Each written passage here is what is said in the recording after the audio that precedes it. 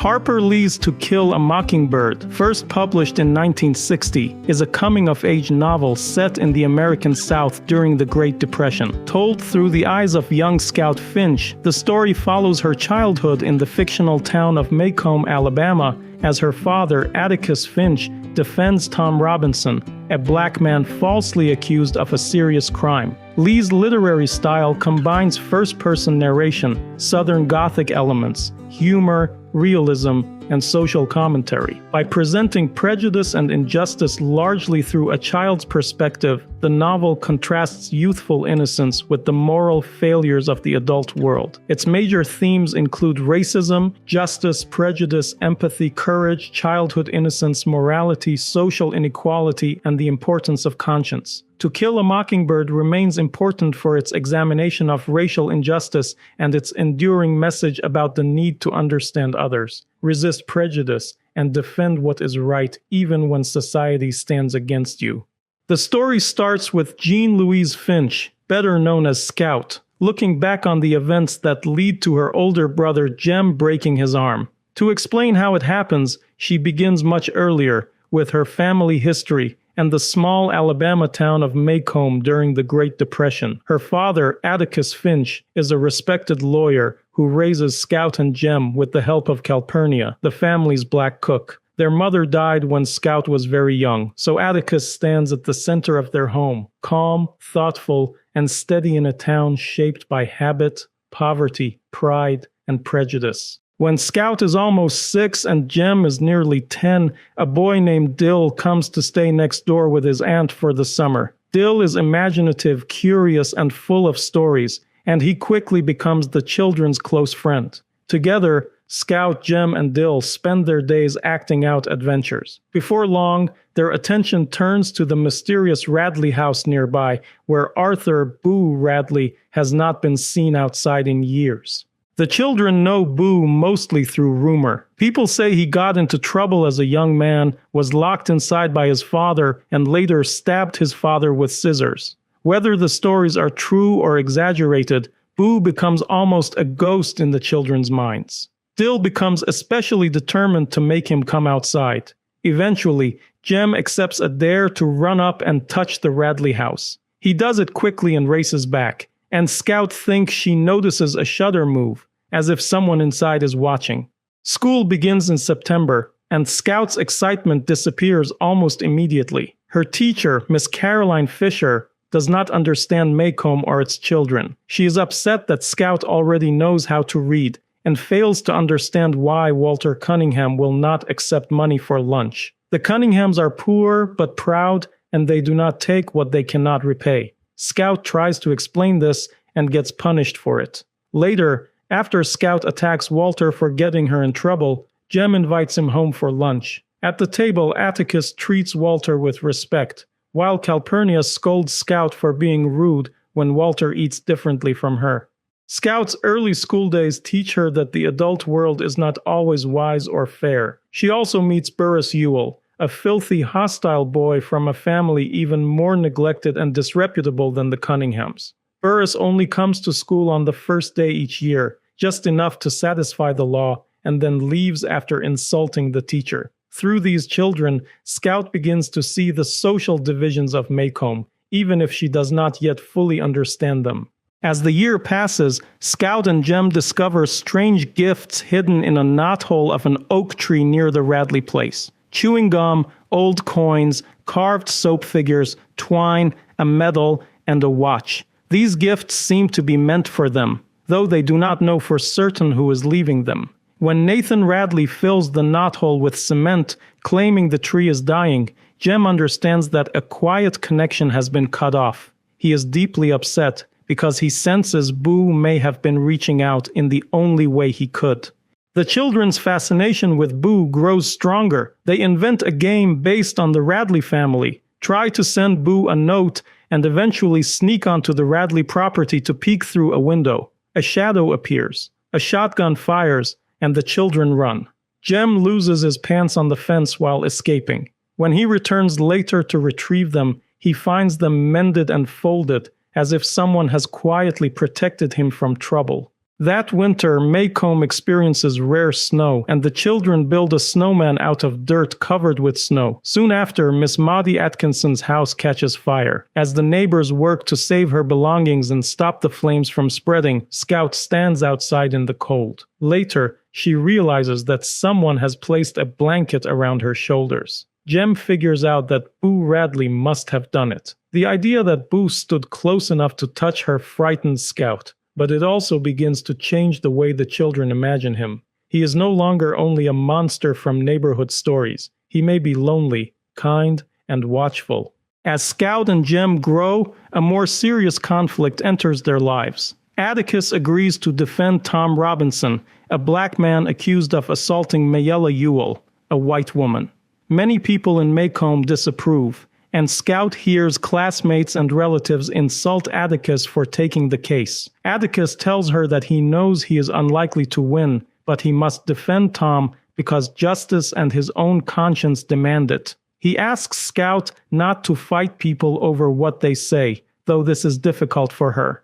At Christmas, Scout clashes with her cousin Frances after he repeats ugly things about Atticus. Uncle Jack punishes Scout before hearing her side, and she later explains what really happened. That night, Scout overhears Atticus say that Tom is innocent, but that an all-white jury will almost certainly convict him. The trial has not begun, but the outcome already seems trapped inside Maycomb's racism. The children also begin to see unexpected sides of Atticus. They think of him as older and less exciting than other fathers until a rabid dog appears on their street. Sheriff Heck Tate asks Atticus to shoot it, and Atticus kills the dog with one shot. Miss Maudie tells the children that Atticus was once the best marksman in the county. Jem realizes that true courage does not need to brag about itself. That lesson deepens through Mrs. Dubose, an ill-tempered old woman who insults Atticus and enrages Jem. After Jem destroys her camellia bushes, Atticus makes him read to her every day. When she dies, Atticus explains that she was battling a morphine addiction and used Jem's reading to help free herself before death. She leaves Jem a white camellia. Through her, Atticus teaches the children that courage is not always physical. Sometimes it is the quiet decision to fight a losing battle because it is right. When Atticus is away for the state legislature, Calpurnia takes Scout and Jem to her church, First Purchase. Most of the congregation welcomes them, though one woman objects to white children being there. The children see how the black community worships without hymnals and supports Helen Robinson, Tom's wife, who cannot find work because of the accusation against her husband. Scout begins to understand that Calpurnia has a life and voice beyond the Finch household. Aunt Alexandra then comes to stay, claiming the children need a feminine influence. She cares deeply about family status and wants Scout to behave more like a proper young lady. She also tries to convince Atticus to dismiss Calpurnia, but Atticus refuses. Around this time, Dill runs away from home and hides under Scout's bed because he feels unwanted by his mother and new stepfather. His return brings comfort, but the trial is now close, and tension in Maycomb is rising. Before the trial, Atticus sits outside the jail to protect Tom Robinson from a possible mob. Scout, Jem, and Dill sneak into town and find him there. When a group of men arrives and demands access to Tom, Atticus refuses to move. Scout rushes forward without understanding the danger. She recognizes Walter Cunningham's father in the crowd and begins talking to him about his son and his legal troubles. Her innocent conversation reminds him of his humanity, and he tells the men to leave. Without intending to, Scout breaks the mob's momentum and saves the night from violence. The trial draws people from all over the county. Scout, Jem, and Dill slip into the courthouse and end up sitting in the balcony with the black spectators, where Reverend Sykes helps them find seats. From there, they watch Atticus defend Tom Robinson in front of Judge Taylor, the jury, and the entire town. Heck Tate testifies first. He says Bob Ewell called him to the Ewell house, where Mayella was bruised, and claimed Tom had assaulted her. Under Atticus's questioning, Tate admits no doctor was called, and that Mayella's injuries were mostly on the right side of her face. Bob Ewell then testifies that he saw Tom attacking Mayella. Atticus has Bob write his name, proving he is left-handed, which matters because a left-handed attacker would be likely to bruise the right side of Mayella's face. Tom Robinson then tells his version. He says Mayella often asked him to help with chores as he passed her house. On the day in question, she had sent the children away, called him inside, and tried to kiss him. When Bob Ewell appeared at the window, Tom ran because he knew that as a black man in Maycomb, he would not be believed over a white woman. During cross-examination, Mr. Gilmer treats Tom harshly and twists his kindness toward Mayella into something suspicious. When Tom says he felt sorry for her, the courtroom reacts uneasily because Maycomb's racial order does not allow a black man to pity a white woman. Dill begins crying over the unfairness of the questioning, and Scout takes him outside. There they meet Dolphus Raymond, a white man who lives with a black woman and has biracial children. The town thinks he is a drunk, but he reveals that the bottle in his paper bag contains only Coca-Cola. He lets people believe he drinks because it gives them an explanation for his choices. In truth, he simply refuses to live by Maycomb's racial rules. When Scout and Dill return, Atticus is giving his closing argument. He reminds the jury that there is no medical evidence and that the testimony against Tom is unreliable. The physical evidence points toward Bob Ewell, not Tom.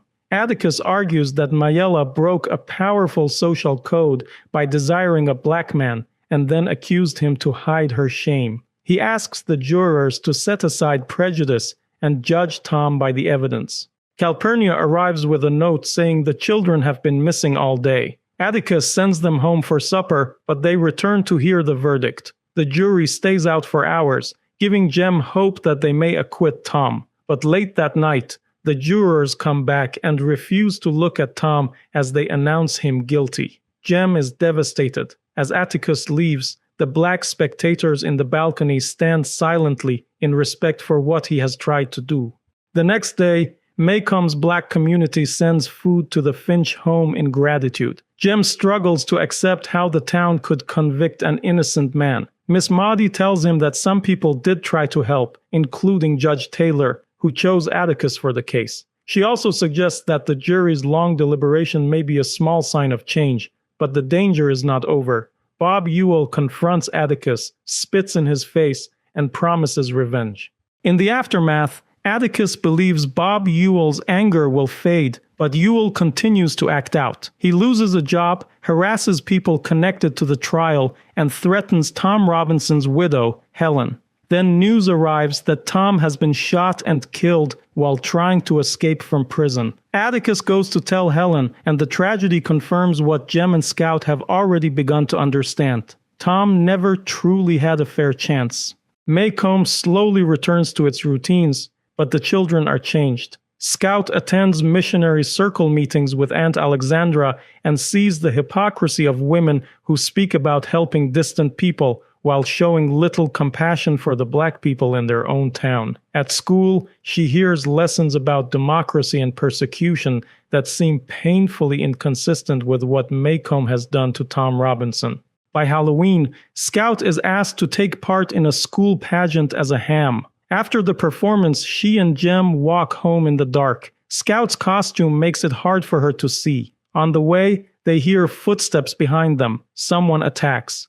Jem tries to protect Scout, but the struggle is violent, and his arm is badly broken. In the darkness, another person intervenes and carries Jem home. At the Finch house, Sheriff Hectate and Atticus piece together what happened. Bob Ewell is found dead under a tree with a knife in him. Atticus first believes Jem may have killed him in self-defense and wants the truth handled openly. Hectate insists that Ewell fell on his own knife. The real rescuer is Boo Radley, who finally steps out of the world of rumor and into Scout's life as a real, shy, gentle man. Scout understands that Boo saved her and Jem. Scout walks Boo home. Standing on the Radley porch, she looks out at the neighborhood from his point of view.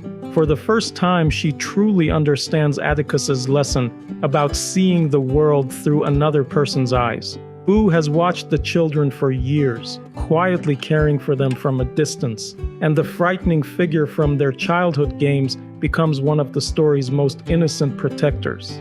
The story closes with Scout returning home to Atticus. Jem is safe, though injured, and Scout has crossed a painful line between childhood imagination and adult reality. She has seen cruelty, prejudice, courage, cowardice, and unexpected kindness. Through Tom Robinson and Boo Radley, she learns what it means to harm someone innocent, and why Atticus once said it is a sin to kill a mockingbird.